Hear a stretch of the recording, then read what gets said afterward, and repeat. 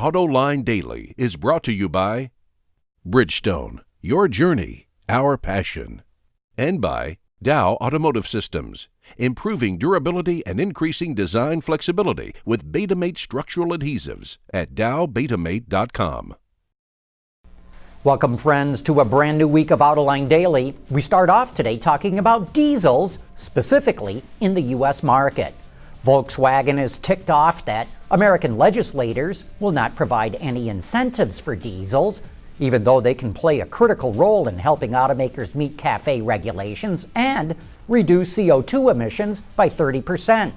Anna Schneider, the Vice President of Government Affairs at Volkswagen of America, points out that unlike plug-in hybrid or electric cars, there are no federal tax incentives to buy diesels, none from the states either. Plus, the federal tax on diesel fuel is 6 cents higher than it is on gasoline. Heck, she points out, you cannot even drive in the high occupancy lanes. And the way the EPA calculates fuel efficiency favors hybrids over diesels. Even so, Anna Schneider admits she does not see any legislative action coming that would help diesel sales. Even so, diesel sales are growing fast.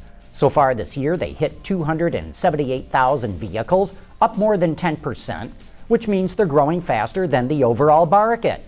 Last year, there were only 20 different vehicles that offered a diesel engine. Before this year is out, there will be 40 models, and by 2017, there will be 60.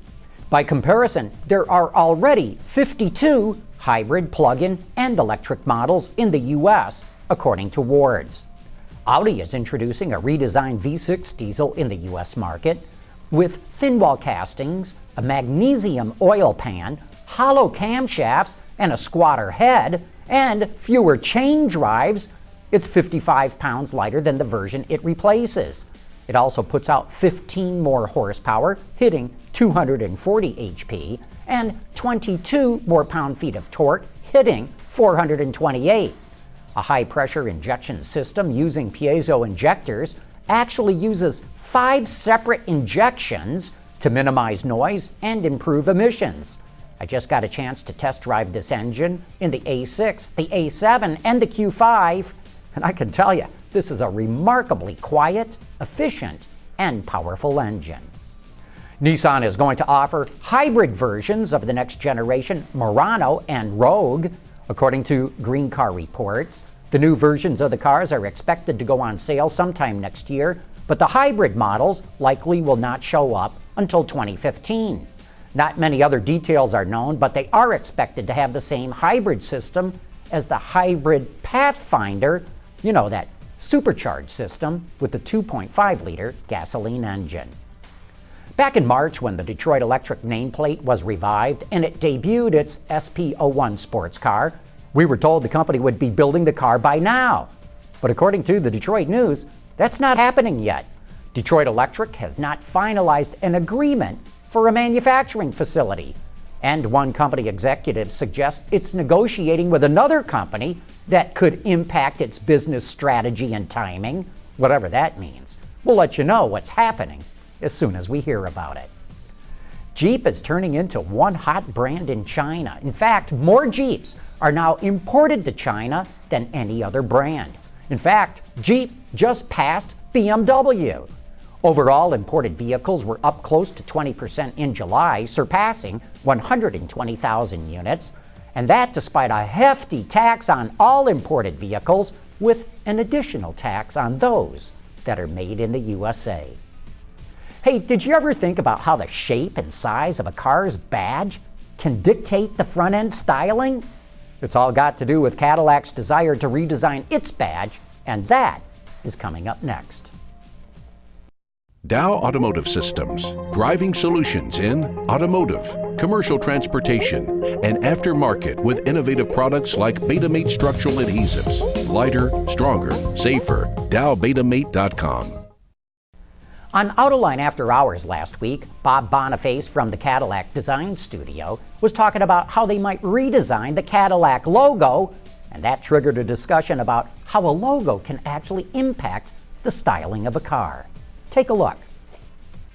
Tell us about the Cadillac badge. your experiments there. Yeah, and the El Mirage, which was interesting. There ain't no wreath on it. Really, I hadn't noticed. Yeah. Well, it's funny that the El Mirage is a concept, and we test all sorts of things. And that was done Frank Saucedo's studio in L.A.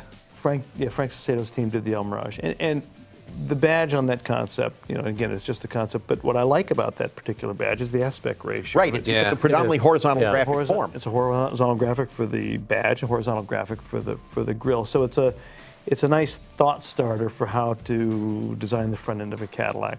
But it's funny, if you look at the proportion of that badge, you look at what Cadillac did with the wreath and crest, or actually the crest, because the wreath didn't come in until the 60s. They were all over this place. You look at the 57 Brougham, some of them are squashed aspect ratio like that, and then on the interior it was a tall one, a tall thin one with the V underneath it. Mm-hmm. So we have a history of just the heraldry in Cadillac. If you go back to the 30s and you look at how it's evolved, there was never any doubt it was a Cadillac logo, though. I mean, but they had the ones with the Egyptian wings on them. Yeah. I mean, they had spectacular stuff. So I think that concept badge that we showed us is a great design. It's a great thought starter. Like I said, I was expecting a lot more people in the media to make comment on it, but it's interesting because the two primary players in the luxury space, the German players, both have round logos. Yeah. Well, it's sort of easy to. Yeah, but I'm just saying, position. And with Mercedes, it goes back to when it was, in fact, the radiator cap. But the thing is, they're using round graphics, and they have to reiterate that in however they use it in the car. BMW with this obsession now with the surfboard line in the hood. Yes. Yeah. But the luxury, then you've got the Audi logo that's predominantly horizontal, but again based on circular symbols. I just think I when I saw it on the car, I thought it was really handsome, and I thought it was still recognizable as a Cadillac. Nicely proportioned, and it's a little bit more youthful, I think.